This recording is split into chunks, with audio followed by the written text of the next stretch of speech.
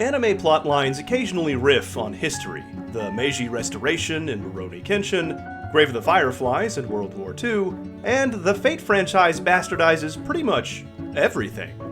In today's sermon, our anime is an amalgamation of 18th century European intrigue, all based on a real French knight, diplomat, and spy.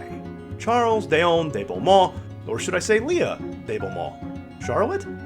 The real story is even more complicated than this anime, and both of these chevaliers defied gender norms. Okay, so this video covers a hot-button issue of late.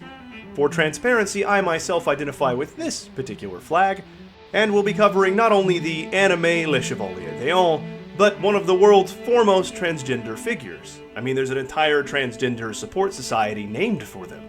And if this isn't a topic of interest for you, no harm, no foul. I cover a broad range of topics around anime, so click the thingy there and dig into the playlist for something else. But if you stick around, maybe you'll learn something new and have a new perspective by the end. So, with that, our story. Les Chevaliers d'Éon premiered in August 2006 from the same studio that brought us Ghost in the Shell, Standalone Complex, Blood, The Last Vampire, Psycho-Pass, and more. The anime takes place in France, 1742. Leah de Beaumont, a noblewoman, is found in a coffin floating down the Seine. Her brother, Charles Déon de Beaumont, referred to as Déon hereafter, sets off to find those responsible, using all of his power as a member of the king's secret police. Déon and the secret police move in on their chief suspect, the Duke of Orleans, only to find they've kicked a hornet's nest of warlocks and zombies. Think Anastasia's Rasputin. Speaking of, these anarchic arcanists all seem to lead back to Russia. The story moves fast. By the end of the first episode, the secret police are scattered.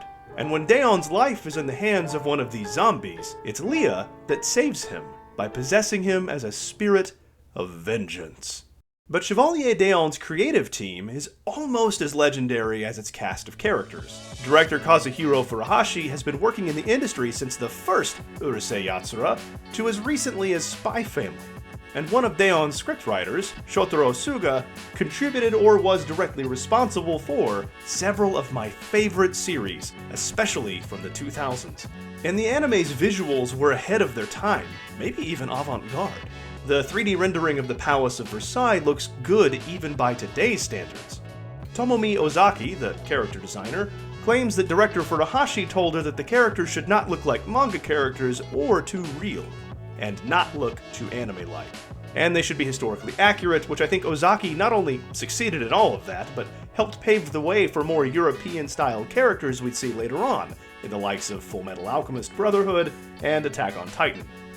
It's easy to see how Déon fits Furuhashi's mold, especially the hair, allowing for their transformation to Leah to be animated with ease.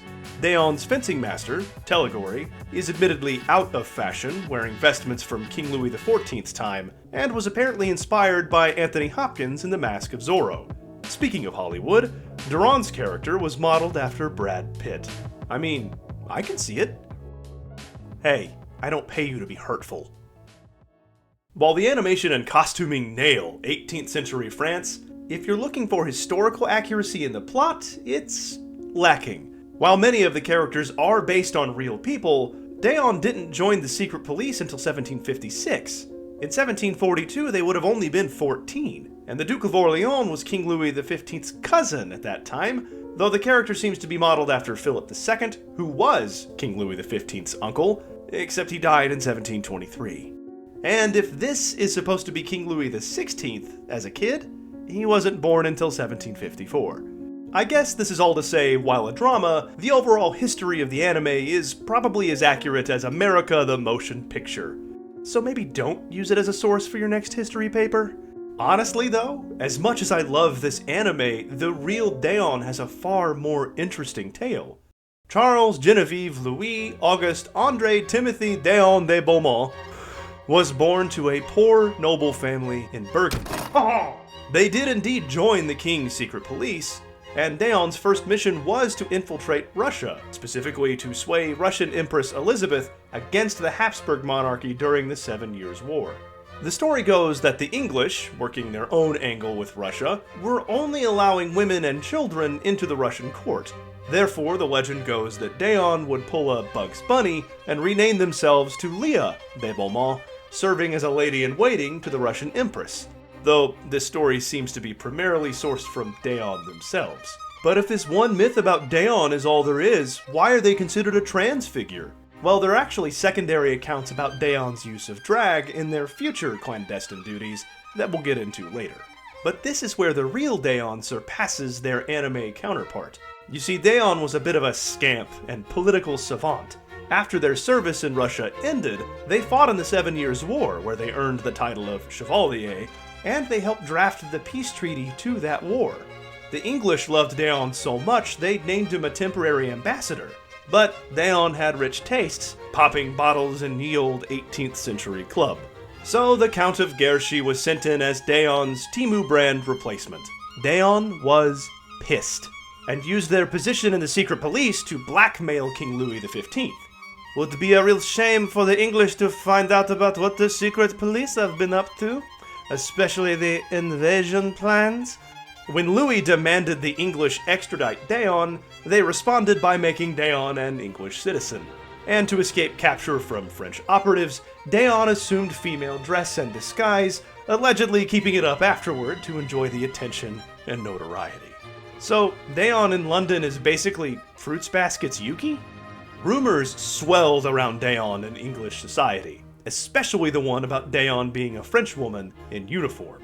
The London Stock Exchange even had a betting pool around Daon's true sex, and they even invited Daon to join the fun. After Louis XV's death, Daon was given the opportunity to return to France, if they surrendered all of the secret police records they had. One part of the agreement, in hindsight though, seems split on who wanted it and why. But Daon was to be retroactively recognized as female at birth and forced to wear clothing befitting their newly assigned sex. Whether this recognition as female was an earnest wish of Daon, or the French government's attempt to embarrass them is the debated bit. Madame Campan, an attendant and biographer of Marie Antoinette, implies it was the latter. But by 1785, Daon returned to England, though the French Revolution ended any pensions their actions had earned them under the Louis, forcing Daon to competitively fence to make ends meet, as a 60-year-old wearing a dress, mind you, likely feeding the imagery of Leah in the anime. Daon died in May 1810, and the surgeon that performed the autopsy put the English rumors to rest. Daon was biologically male. Whether they had a penchant for cross-dressing for political gain, genuine gender dysphoria, or both, we may never know. But why would the anime lean into Leah, the part of Daon's story that is almost certainly a myth? And why make her his sister instead of some clever ruse? Well, Japan is actually a pretty conservative country in regard to gay issues, though they are making some headway there. But it's why Chris Broad and Sea-Dog VA's wacky weekends that involve love hotels require Connor to put on dollar store drag. Otherwise, it seems like love hotels turn away two dudes because of dubious reasons. But after rewatching almost 20 years, well, I want to say wiser, but we'll settle for 20 years later, I picked up a few things with one of them college boy things I learned. Queer theory, specifically. First, knowing the history of Daon now, I find it interesting that it's Leah that tends to save the day, both in influencing nations on gender equality and when possessing Daon.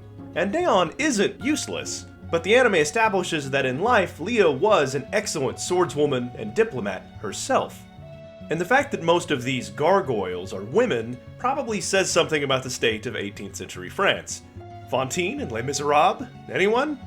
But it's the use of the Psalms to turn these women into monsters that really piqued my interest, especially as someone raised in the faith. The Old Testament's Book of Psalms was written by King David, the same David that fought Goliath, as a collection of hymns, prayers, and verse. To counter these dastardly poets that use the Psalms, Leah recites some of them herself. Leah's version of Moon Power makeup is a mashup of a few of them, like this line. For the enemy hath persecuted my soul, he hath made me to dwell in darkness, as those that have been long dead. That's Psalm 143:3, and her monologue is capped with Psalm 9:20. Put them in fear, O Lord, that the nations may know themselves to be but men. And can I point out the irony of using King James's version in France, who is traditionally very Catholic?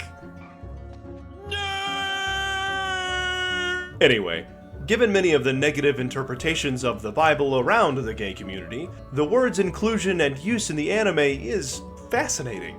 The word of the Old Testament is perverted for evil, but Leah, arguably the manifestation of Daeon's true trans self, uses that same word to dispel evil.